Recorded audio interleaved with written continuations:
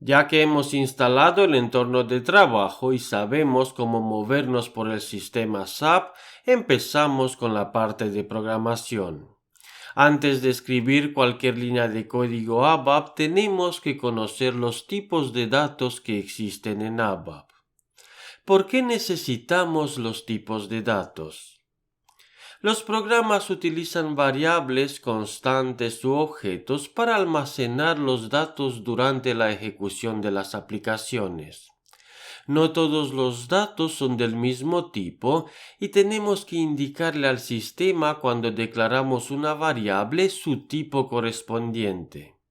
ABAP es un lenguaje tipificado y con esto entendemos que cada variable tiene su tipo y una variable de tipo fecha solo podrá contener valores numéricos en un formato correspondiente o para guardar un nombre se debe utilizar una variable de tipo cadena de caracteres. Para entenderlo mejor podemos representar las variables, constantes u objetos en cajas y el contenido de las cajas como distintos tipos de datos. Para guardar libros podemos utilizar una caja de cartón, ya que este tipo de dato, libros, se puede almacenar en una caja de cartón. La misma caja no la podemos utilizar para guardar líquidos, necesitamos una caja de vidrio o plástico, necesitamos otro tipo de dato, otra variable con un tipo de dato que nos permitiría guardar la información. El lenguaje ABAP divide los tipos de datos en dos grupos. Tenemos el tipo completo, los tipos completos en el primer grupo y en el segundo grupo tenemos los tipos incompletos. La diferencia entre los dos grupos es por la longitud del dato. En el primer grupo los tipos de datos tienen una longitud fija establecida por el estándar y cuando declaramos una variable de un tipo completo ya tenemos la longitud del dato. En el segundo grupo, tipos incompletos, la longitud del dato no viene fijado por el estándar, es el programador que tiene la obligación de especificar la longitud del dato en el momento de la declaración de la variable.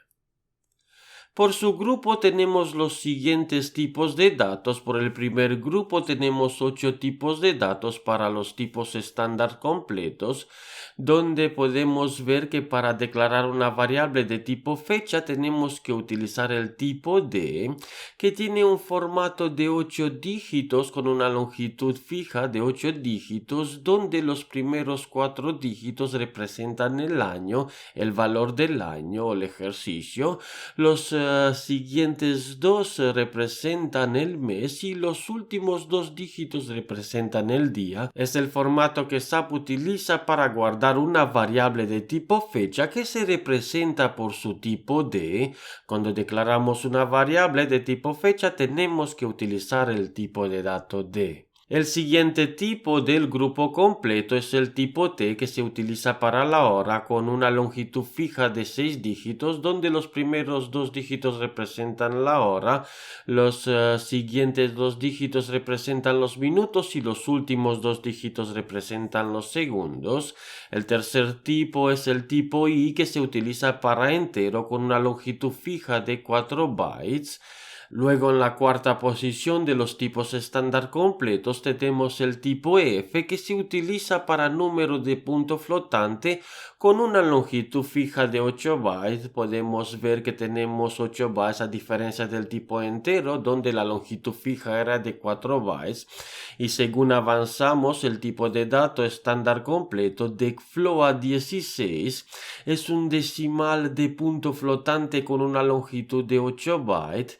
SAP también tiene preparado otro tipo estándar completo DECFloat 34, igual que el anterior, es un decimal de punto flotante, pero en este caso tenemos una longitud fija de 16 bytes, el doble que el DECFloat 16. Recordad, DECFloat 16 tiene una longitud fija de 8 y DECFloat 34 con su longitud fija de 16 bytes. El siguiente tipo es el tipo string que es utilizado utilizado en todos los lenguajes de programación, es el tipo para la cadena de caracteres de longitud dinámica. No tiene una longitud fija.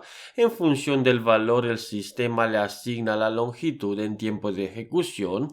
Y luego el último tipo del primer grupo estándar completo, tenemos el xstring, que es igual a un tipo de longitud dinámica, pero está utilizado para las secuencias de bytes o una cadena hexadecimal. Seguimos con el segundo grupo de los tipos estándar incompletos, que nos presenta 4 tipos de datos, y en el primer tipo tenemos el tipo C, que es utilizado para cadena de caracteres, para el que se debe especificar la longitud fija. Es el programador que debe especificar la longitud en el momento de la declaración de la variable.